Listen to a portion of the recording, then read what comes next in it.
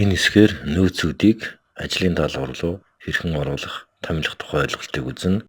Англиар assigning resources to task гэсэн ойлголт байна. Дасгалын 5 дугаар хавцнаас Mike чинь доогуур зураастай with resources гэсэн MPP өргөтгөлтөө дасгалын файлыг нээсэн байна. За эхлээд task tab дээр тавшин Gantt chart дэлгэгддэг зэснээс Gantt chart харагдсан төлөвийг сонгоё. Энд бид ажлын даалгавар руу нөөцийг холбож өгөх 4 аргыг үзэх болно. За эхний 1-р аргыг үзье. Хүснэгтийн багнуудын нэрийг харуул resource names буюу нөөцийн нэрс гэсэн баг нь байж байна. За тухайнууд дээр тавшвал доош дэлгэгддэг жижиг сум гарч ирсэн байна. Энд бид тухайн төсөлд хамааралтай нөөцүүдийн жагсаалтыг харж байна. Эндээс бид тухайн нөөцийг сонгох боломжтой. 2-р аргыг үзье. Тухайн ажлын мөр дээр 2 удаа тавшаад task information гэсэн нэмэлт цонх гарч ирж байна. За эндээс resource tab дээр тавшаад resource name гэсэн багны нүд дээр тавшихад нөөцийн нэрсийн жагсаалт харагдаж байна. За эндээс бас сонголт хийх боломжтой юм байна. Томилсон хүн нэгж өртгийн багнлоо өгөгдөл оруулах боломжтой. За 3-р аргыг үзье. Дээр зэснүүдийн табаас resource гэсэн таб дээр тавшина.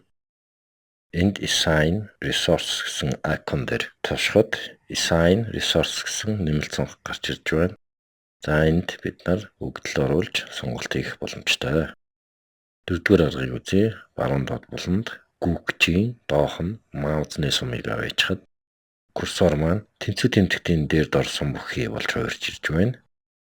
За энэ үед нь 2 удаа тавшихад хүснэгтийн доор нэмэлт цонх бий болсон байна. Энд resource name гэсэн баг нь predecessor name гэсэн 2 баг нь байж байна. За ийшээ бид нар resource name гэсэн баганд өгөгдлүүдийг оруулах боломжтой. Хаахын тулд заагласан зураас дээр 2 удаа тавшина. View tab дээр тавшина. Эндээс split view гэсэн хэсгээс details мөрний урд нүдний идэвхжүүлгийг авах байдлаар бас нэмэлт төснөгтийг байхгүй болгож болж байна. За энд task form гэсэн дэлгэгдэх зэснээс өөр төлөвүүдийг сонгох боломжтой харагдаж байна. За одоо бүгдээрээ дээрх 4 аргаар ажлын мөр рүү нөөцүүдийг оруулж эхлэе. Одоо эхний аргаар ажлын эхний мөрөнд нөөцийг томилъё. Ханы шүгнүүдийг судлах гэсэн мөрний resource names мөрөнд төслийн менежерийг сонголоо.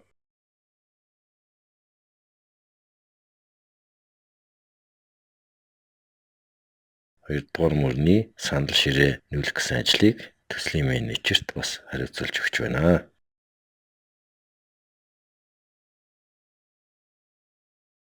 За 2-р аргаар оруулахын тулд бид нар heal storage-ыг авах гэсэн ажлын нүд дээр 2 удаа тавшаад эндээс resource name баганд project manager гэсэн сонголтыг хийж өгч байна.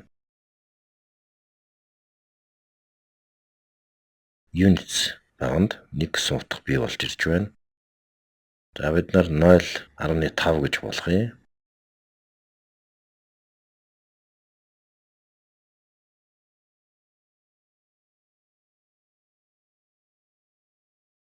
Plumber буюу слесарыг оруулж өгье.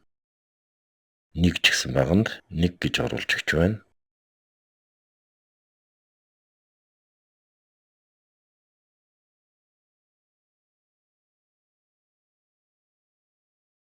За 3 дахь аргаар дараагийн мөрний ажлын баганд нөөцийг оруулж өгье.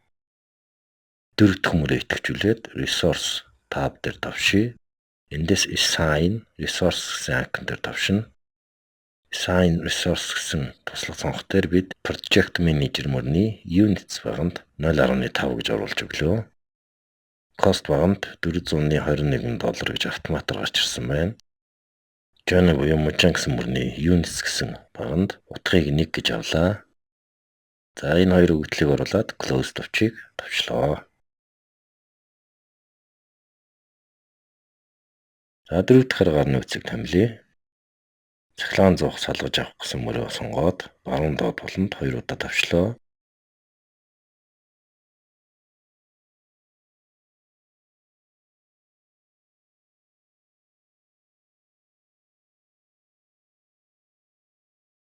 Electrician буюу цахилгаанчин гэсэн нөөцийг сонгоод Units баганд нэг утгыг оруулж өгч байна.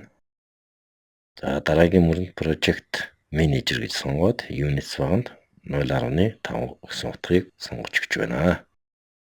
За эндээс харахад тооцоол шууд хийгдэхгүй байна. Огт товчийг тавшаад харахад Work баганд цахилгаанчин 16 цаг, төслийн менежер 8 цаг гэж тавигдсан байна. За ийм байдлаар бид нар 4 аргаар ажлын мөр рүү нөөцийг хэрхэн томилох тухай үзлээ.